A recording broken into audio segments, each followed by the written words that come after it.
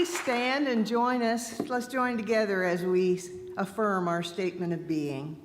There is only one presence and one power in the universe, God the good, omnipotent. This power expresses life, love, wisdom, and abundance through me. In it, I live and move and have my being. You may stay on your feet and dance, or you may be seated as we do our beginning songs.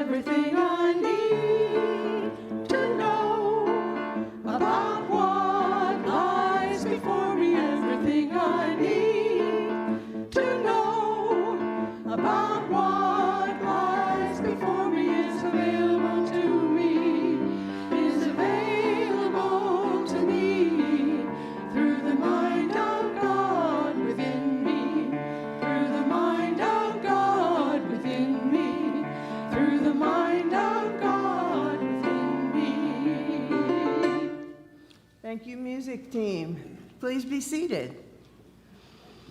Welcome to Unity of Bloomington. At Unity, we offer practical, spiritual teachings that empower abundant and meaningful living. We are a center for spiritual growth, and we provide inspiration, tools, and practices that support us on our personal paths of spiritual growth. One of the tools that we practice is our 5 principles, call and response. I'll state the principle, and I invite you to respond with the 2-word response. Okay. There is only one presence and one power active in the universe and in our lives. God the good, omnipotent. God is. We are spiritual beings created in God's image. The Spirit of God is within each of us. I am. We create the experience of our lives through our thoughts and beliefs. I create. We become aware of our oneness through prayer and meditation. I pray. We transform our lives by putting these principles into practice. I live. I now invite Reverend Lynette to come up for the children's message.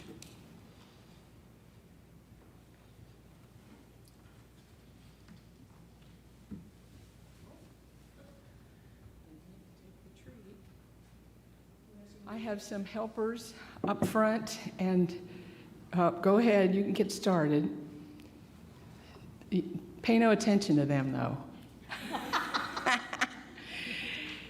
Today is Independence Day. Yay! We tried to watch one of the Independence Day movies, but it was way too complicated. So I just like to go with the original Independence Day. And it's all about freedom. This morning our topic is freedom and understanding. Understanding being the power that we're studying this month. And understanding is our ability to perceive and to realize and intuit, which is knowing without knowing how we know. Sometimes it feels like we're not free. And that's what Jim is here to demonstrate for us. Does he look free? No. No, thanks to Jonna, who wasn't eager to do this, but was willing. So, and the same goes for Jim, because he knows he's really free. But he's here to demonstrate that sometimes we don't feel free. He can't see you or talk to you or shake your hand or even walk across the room very easily. Don't try, Jim. We don't want to have to pick you up. But when we have our spiritual understanding that comes from that Christ presence within us, we can realize that we are freer than we feel, freer than it seems. Sometimes we let things limit us that don't have to. So, Jonna is going to help set Jim free as we name some of the things that can sometimes give us the impression that we're not free. What are some of those things? We're children, one and all, this morning for our children's message. So what are some of the things? Leslie, say it again. Poverty. Okay. Well, we're just going to take the image of poverty away because we live in an abundant universe. There's always more than enough, and we open ourselves to that flow. Phyllis. Health issues. Health issues, that's right. Sometimes we feel like we're just not up to the task physically, and our prayers, our strength, we are inherently whole, and our radiant health is part of what we affirm and what we claim, and we press onward. Prejudice is one of the things that can make us feel less than free. And prejudice happens on both sides. Yes, Jim, yes, we've set him free this morning. Thank you. You two may be seated. So it's our affirmation that we are free indeed, and we are happy to support your freedom, and if you need help getting out of one of those illusions that binds you, let us know, and we'll do the best we can to help you realize your great freedom in Christ. Thank you.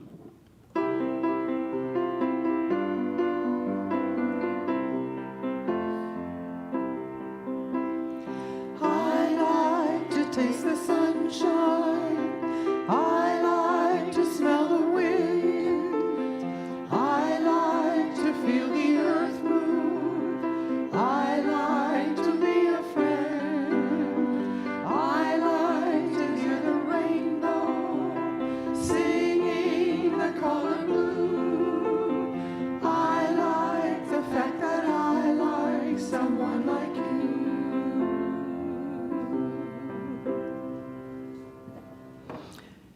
In 2021, Unity's annual theme is How to Stay Centered, No Matter What. Each month, we explore the role that one of the 12 powers plays in staying centered and achieving inner peace, no matter what is occurring around us. This month, we are exploring the power of understanding. Divine knowing is our nature. We perceive truths that are timeless. When faced with truths that challenge our human perceptions, we move through temporary discomfort to gain deeper insight and awareness. We hold a vision of unwavering good, trusting that every experience aligns with our well-being. We are steady and secure, and our understanding empowers us to be authentic and bold. When we or others fall short of our divine nature, we respond with compassion, setting firm but loving boundaries that honor our sacredness and theirs. Spiritual understanding is a clear compass directing us to our highest and best. And I invite you now to join me in claiming this truth. Together, with spiritual understanding, I know everything is unfolding for my highest good. I have a couple of announcements this morning. If you have a green thumb and you love the smell of dirt, you will be delighted to know that we have some houseplants that are waiting for your care and love. After 18 months of neglect and loneliness, they were here all by themselves. They could use a little attention, and if this is something that you feel you have the ability and the interest in, please let us know at ministry@unity@bloomington.org, and we'll be tickled to set you up with an opportunity to work on that. Second announcement, as we creep along towards reopening here, is today we'll resume our Unity Cafe. And we invite you to, this time, please use the eco-friendly disposable cups that you will find out there. And we're getting slowly back into our rhythms. And now we'll have the daily word. The word for today is freedom. The affirmation, in thought, word, and action, I celebrate my freedom. There are many ways to feel free. I may work hard to become financially free. I may plan trips so that I can freely explore the world. I may commit to learning for intellectual freedom or exercise my body for greater freedom of movement. Even as I do my work in the world to know freedom, I remember that I am always free at the level of spirit. No situation or circumstance has power over me. Every day and in every area of my life, I live from my divine nature, where I am wholly and completely free. Through my inner powers of understanding and faith, I recognize and embrace empowering beliefs. My spiritual gifts of strength and release keep me on course and help me free myself from habits that can derail my spiritual growth. Through God within, I am grateful to be free. And from Galatians chapter 5, verse 1, for freedom, Christ has set us free. Join me together now in speaking this affirmation aloud. In thought, word, and action, I celebrate my freedom. And now repeat it silently to yourself. In thought, word, and action, I celebrate my freedom. Our speaker this morning is Reverend Lynette Carlson, and she and the Unity Freedom Music Team will now provide our musical inspiration.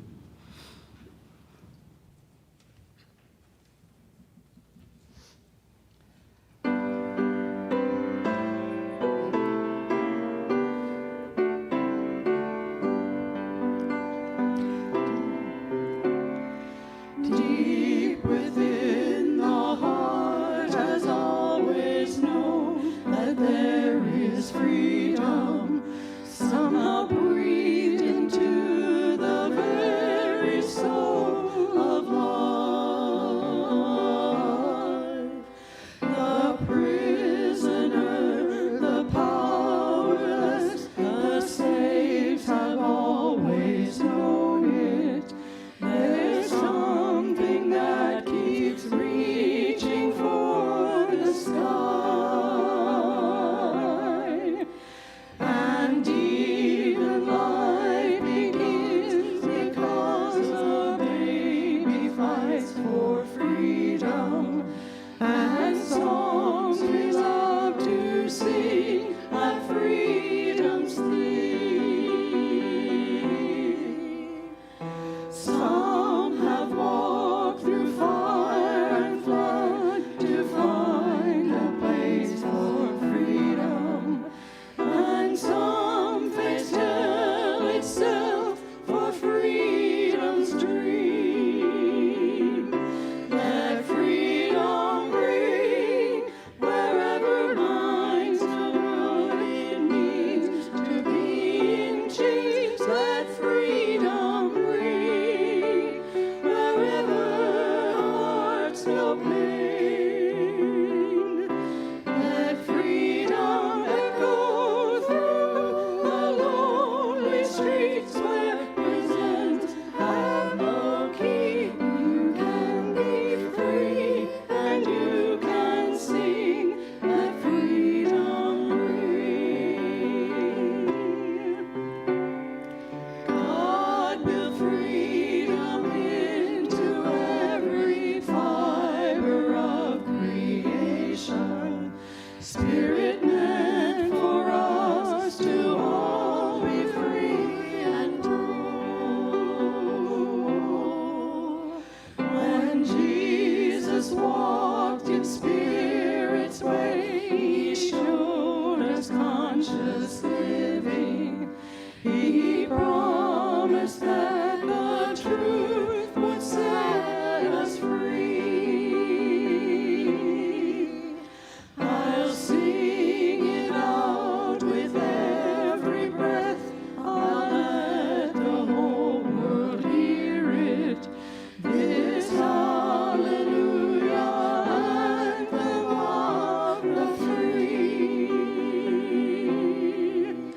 That iron bars and heavy chains can never hold us captive.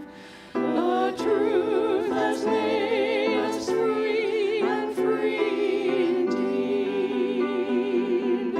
Let freedom ring down through the ages. Christ has shown us we are free. Let freedom ring wherever hearts know pain. Let freedom echo through the lonely streets where prisons have no key. You can be free and you can sing. Let freedom ring. You can be free and you can sing. Let freedom ring.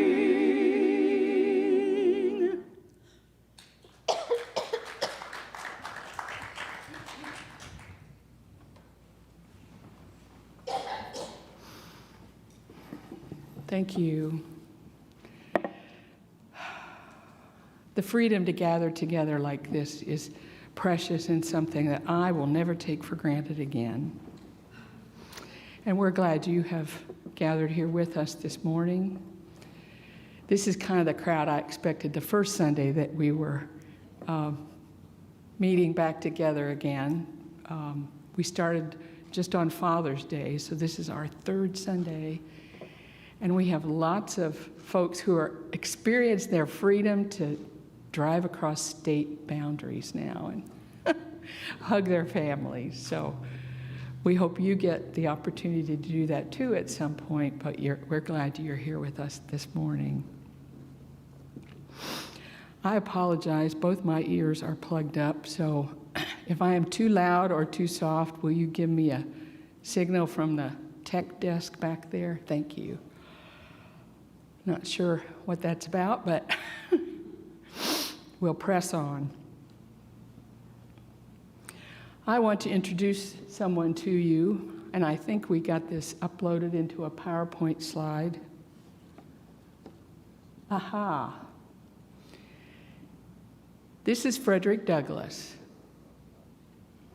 He was born into slavery in about 1818, but as often happens when slaves are born, nobody took note of the day.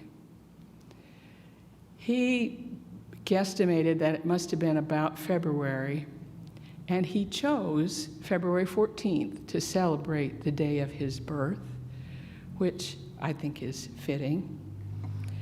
And interestingly enough, one of the reasons that we celebrate Black History Month in February is because that was Frederick Douglass's claimed birth month. And there were weeks that recognized African Americans and their contribution to the United States locally, and then that was expanded into a whole month. So I learned all sorts of factoids while I was working through this message today, so that's just one of them. Frederick Douglass was taught to read by a woman who did not know it was illegal. He was brought into her home as a companion for her young son, and she was teaching her son, and it was just a matter of course that Frederick would be there too. But when her husband found out, he put a stop to that because he said literacy would spoil a slave. So, but Frederick Douglass was not to be stymied by anything as minor as a forbidding. So he continued to trace his letters and read the books that his friend was given as part of his lesson. So, you know, once you open the door to learning, it's very hard to close it. And he was not to be stopped. He found out some years later that his mother, from whom he was separated at preschool age, had been the only field hand in her county who knew how to read. And that was very unusual for field hands because there's not a lot of books out in the field. So he wasn't sure how she learned to read, but he was proud and realized that was part of his legacy. As far as we know, Frederick Douglass's father was white, although, of course, we're not sure who it was because nobody wanted to claim that. But he grew up knowing that he was enslaved by relatives, people who could have taken care of him but didn't.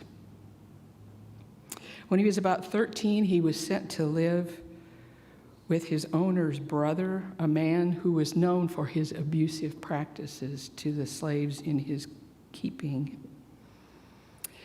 But young Frederick was not submissive enough for this man, and so he sent him across the Chesapeake Bay to a farmer who was known as the slave breaker. Now, Frederick Douglass was 15 years old at this point. So even though I heard Rachel Maddow talk about him this past week on one of her programs, she talked about him as a man. And I guess, especially by the standards in the early 1800s, 15 was pretty much full grown. I don't know that Frederick Douglass was a rebellious slave. I think he was just a teenager. And he bore the abusive treatment of this farmer for about 6 months until the farmer attacked him one day and Frederick Douglass fought back. And after what he describes in his autobiography as an epic 2-hour battle, Douglas finally prevailed, and the farmer never attacked him again, at least not physically. And that is known as the turning point in Douglas's life. He wasn't going to let anybody hurt him physically again if he had anything to do about it. The next year, he was sent to another farm with better working conditions, but he said, you know, better working conditions didn't really make him feel any better. It just made him want freedom that much more, because it was a taste of what he really sought, which was the freedom to do as he chose. Well, the teenage Douglas planned to escape with 4 other men, but their plot was discovered. And he was arrested and sent back to the man who thought he owned him, who sent him back to the household where he was taught to read. And there they decided that trying to bind him was kind of wasted energy. So they had him trained for a trade. And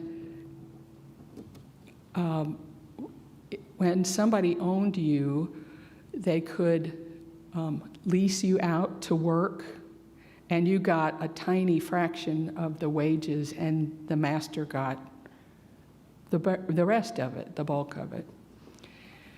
And so that was another incremental, greater degree of freedom. But one weekend, Douglas decided that he and his soon-to-be wife were going to go to a religious meeting out of the area, and he missed his Friday night payout to his owner. And the owner wasn't having any of that. When he got back on Sunday night or Monday and made contact with the man who thought he owned him, he was threatened. And that was another turning point. Even though there were semblances of freedom in Douglas's life, he realized he really wasn't free. And this man held life and death over his head. So it wasn't too long after that, let's see, now I've lost my place. He decided he needed to get out of the area. He was in the Baltimore area of Maryland. And he wanted to go north, where his ownership by another person would not be recognized. So, disguised as a sailor with what I imagine were forged documents, he made his way up the eastern seaboard. He took a train and a ship, and I imagine he walked part of the way. From Baltimore to Delaware to Philadelphia and finally to New York City. And there he met a black abolitionist who helped him to safety and urged him to move to Massachusetts, where he thought there would be work for him. And there, Frederick Douglass earned money as a free man for the first time. He occasionally spoke at abolitionist gatherings, and he was, by all reports, very well spoken. And if you think about it, this is in the era before media. There were no TV stars, no movie stars, but there was speechifying, and people came out to hear the arguments of the day. Not everybody could read, but everybody could listen to the arguments that people made in their public speaking, and evidently Frederick Douglass was quite good at it. He was invited to speak once extemporaneously at an anti-slavery convention when he was 23 by a man who had heard him speak earlier at a local gathering of abolitionists. Well, Frederick Douglass wowed them all with his, come up and say a word to us, brother. And they hired him to be an agent for their anti-slavery group. He talked enough about his personal experience as a slave that people began to question whether it was true, because he did not fit their stereotypes of a slave. He refused to use what Britannica.com called plantation speak. He was very well-spoken. He dressed to the nines for that day and time. Combed his hair, as you can see. So, and he could read, which was illegal, so that kind of brought into question whether or not this man really had been born on a plantation in slavery. So he wrote the first of 3 volumes of his autobiography, Narrative of the Life of Frederick Douglass, an American Slave, written by himself. There evidently was quite a boom industry in slave narratives, but most of them were ghost-written by other people besides the slave. So Douglass was proud to have been the author of his own story, and who would expect anything else from this man who worked so hard for freedom? Well, his book made him even more well-known, because books can travel farther than people can. And his owner decided it was time for him to claim his property, because even though Douglass had gone north, if his owner could have him captured and brought back to the South, he could reassert his, what he considered his property rights. So this prompted Frederick Douglass to plan a European book tour. We think he may have already been kind of flirting with the idea, but finding out they wanted him back in the South again really clinched it. So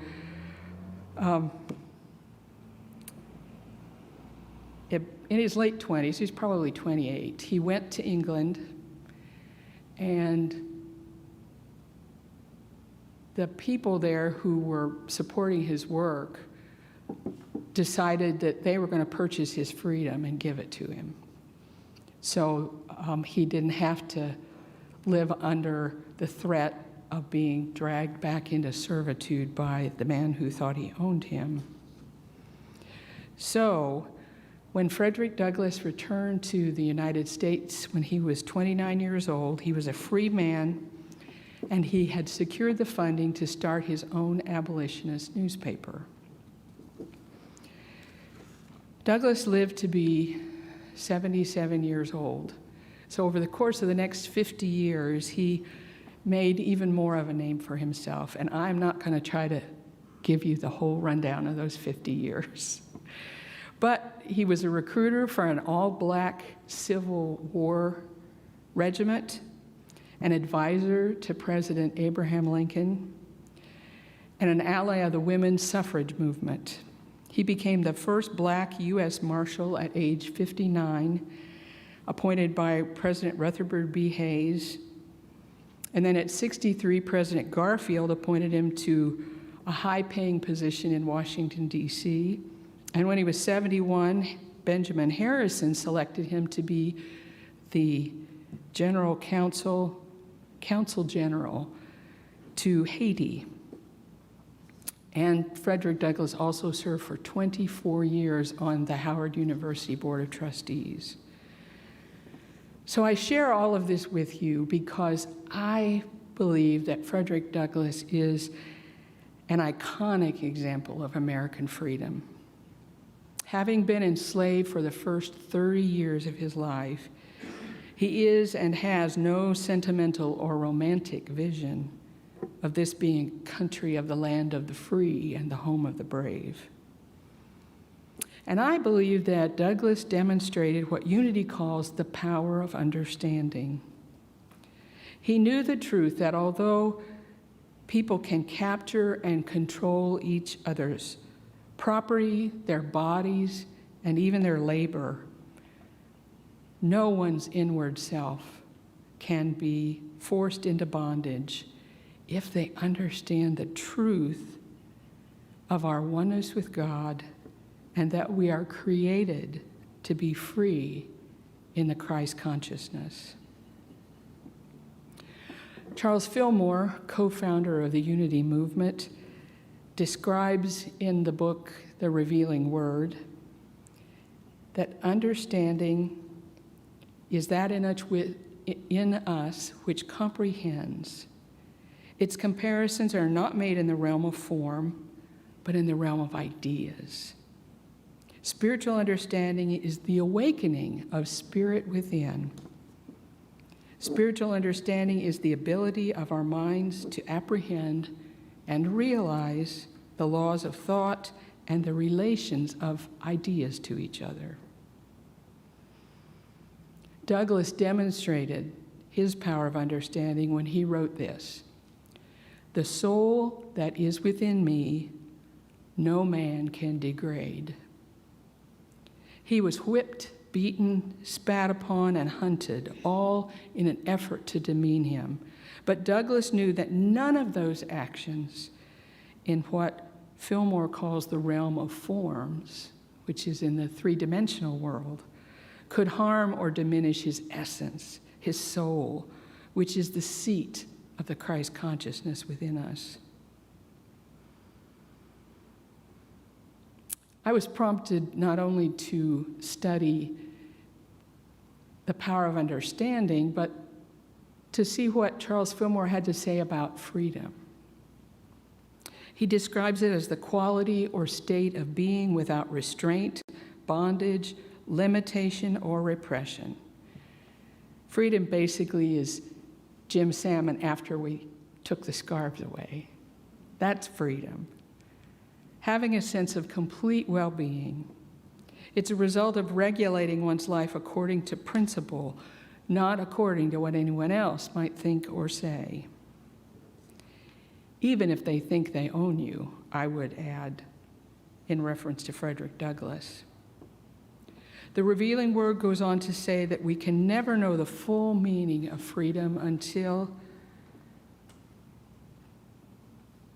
we abide, we go down deep into that Christ consciousness within us, and that liberation from bondage comes as we seek the perfect mind of Christ.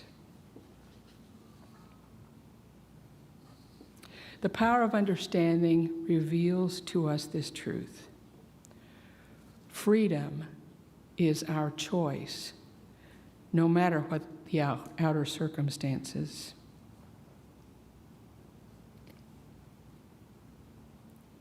In preparing this message, it occurred to me that the powers of freedom and understanding are really inextricably linked. Without the comprehension, the realization, and the insight that are the gifts of understanding, we can be completely free and never know it. There are people today whose lives are full and peaceful, who have enough of what they need, and they live safely and comfortably, but who are miserable and afraid because they're convinced that they are oppressed somehow, that their lives are dominated by something outside of themselves, perhaps a vast conspiracy or other conditions that they find in the world around them. And they are convinced that someone means them harm or threatens their very existence. Likewise, there are women and men whose partners or parents have convinced them that they are so worthless and or damaged that no one else will ever love or even care about them. So they're doomed if they ever even attempt to leave or be free. Those people are physically free to come and go, but they have submitted to a yoke of fear and falsehoods that has imprisoned their minds, hearts, and spirit. They are in desperate need of the power of understanding so that they can discover the freedom that's born in all of us. Charles Fillmore says there are two ways to get and practice the power of understanding.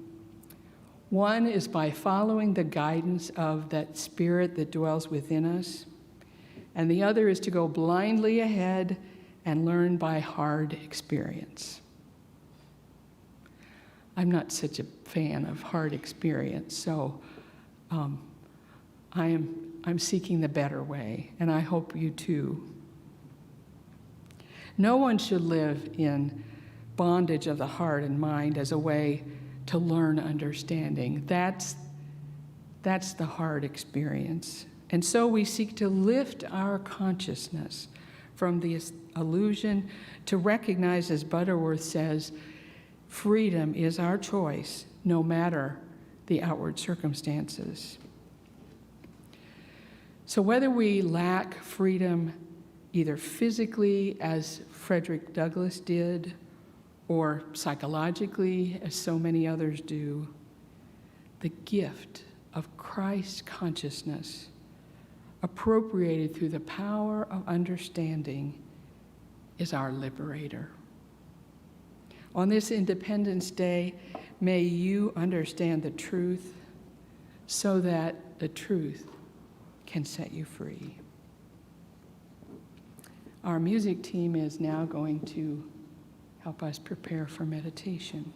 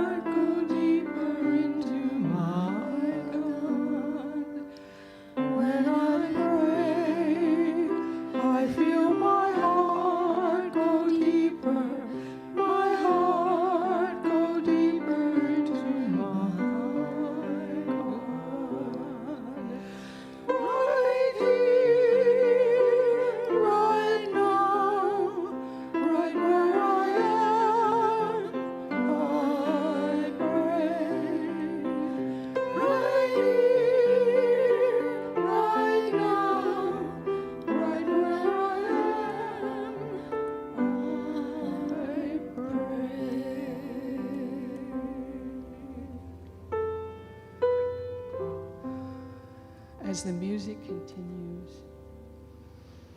we relax and allow the chair to support our weight as we take a deep, cleansing breath and release it completely. Breathe and relax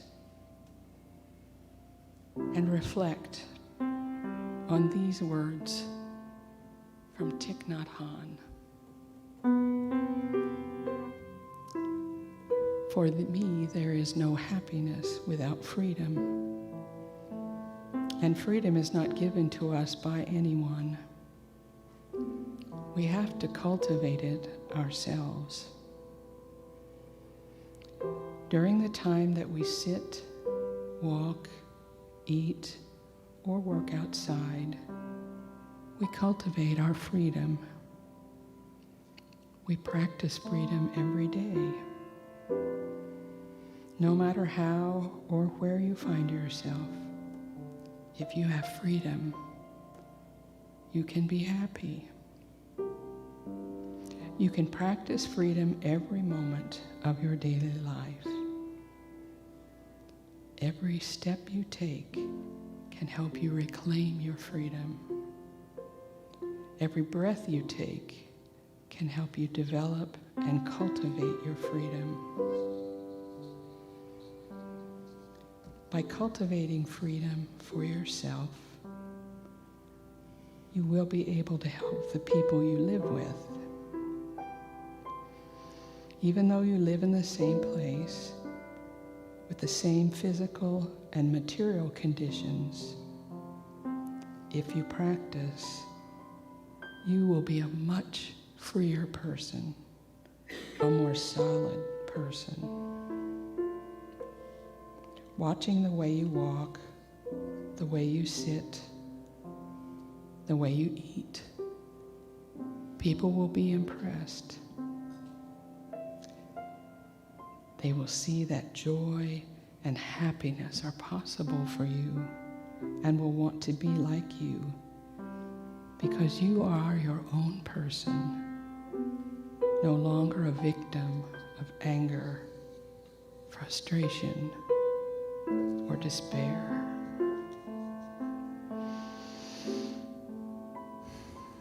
To be able to breathe in and out is a miracle.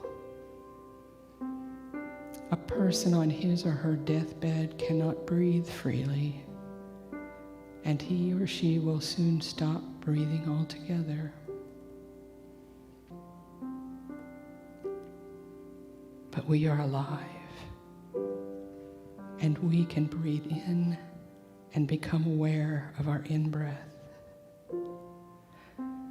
We can breathe out and become aware of our out-breath. I smile at my out-breath and am aware that I am alive. So when you breathe in, be aware. No one can prevent you from enjoying your in-breath. When you breathe out, be aware.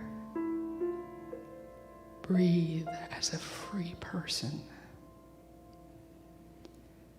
To be alive is a miracle. It is the greatest of all miracles. To feel that you are alive and are breathing in is to perform a miracle, one that you can perform at any time. Feeling that you are alive and that you are taking a step is a miracle. The miracle is not walking on water, but walking on the earth. There are those who walk on the earth like slaves with no freedom at all.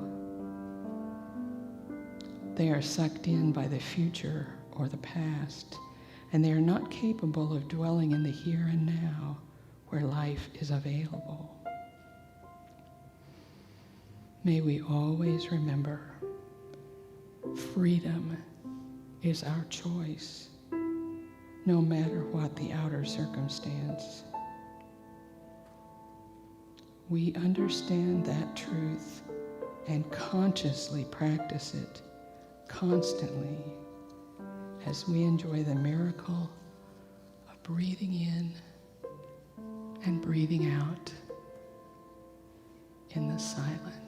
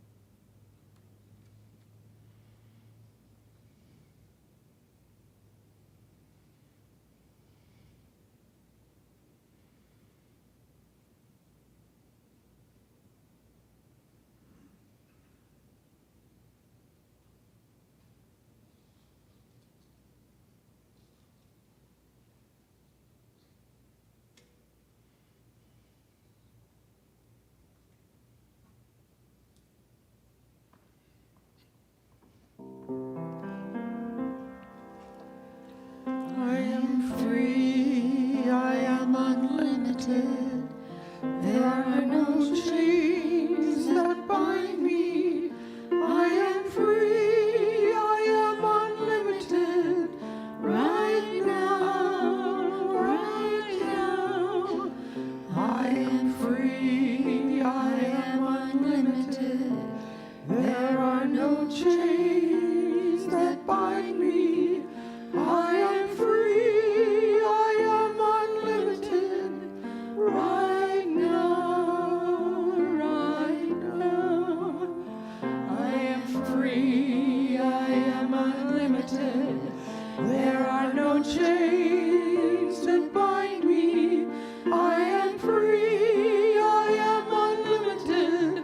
Right now, right now. I am free, I am unlimited. There are no chains that bind me. I am free, I am unlimited. Right now, right now. Thank you, Lynn and music team. We now turn to the spiritual practice of generosity. We are grateful for the many ways that this center supports us in our spiritual growth, and we in turn are happy to support this center with our financial contributions and our voluntary service. We're grateful to those of you who have already put in place automatic weekly, monthly, or quarterly giving. And today, if you feel led to give, please visit our website at unityofbloomington.org and click on the giving link. If you brought a tithe or love offering with you this morning, we invite you to place it into the singing bowl at the back of the chapel on your way out after the service.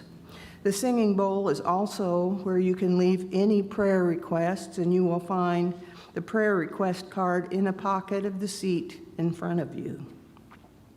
So let's join now in speaking aloud our abundance affirmation.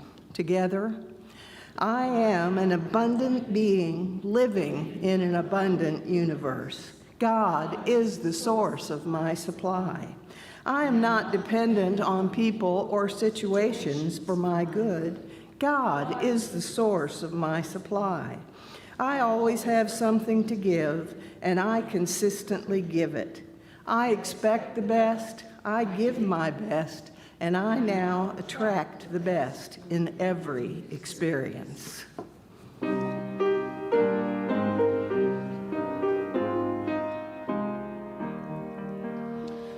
Be thou my vision, O Lord of my heart.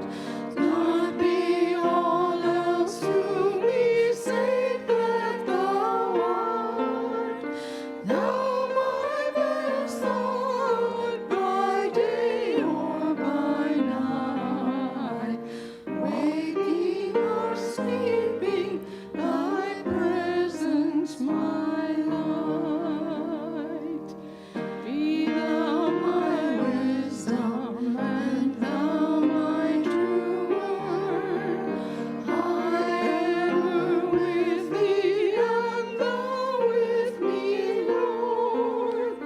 Born of thy love, thy child may I be. Thou in me dwelling, and I one with thee. Let's bless the offering collected, that we will collect by using these words. Together, divine love flowing through me blesses and multiplies all that I have, all that I give, and all that I receive. And I would like to invite you now to stand and join together in saying our closing prayer, the prayer for protection. Together, the light of God surrounds us, the love of God enfolds us, the power of God protects us, the presence of God watches over us. Wherever we are, God is, and all is well. In gratitude for our radiant health, please remain in place, and let's join together in singing, Let There Be Peace on Earth.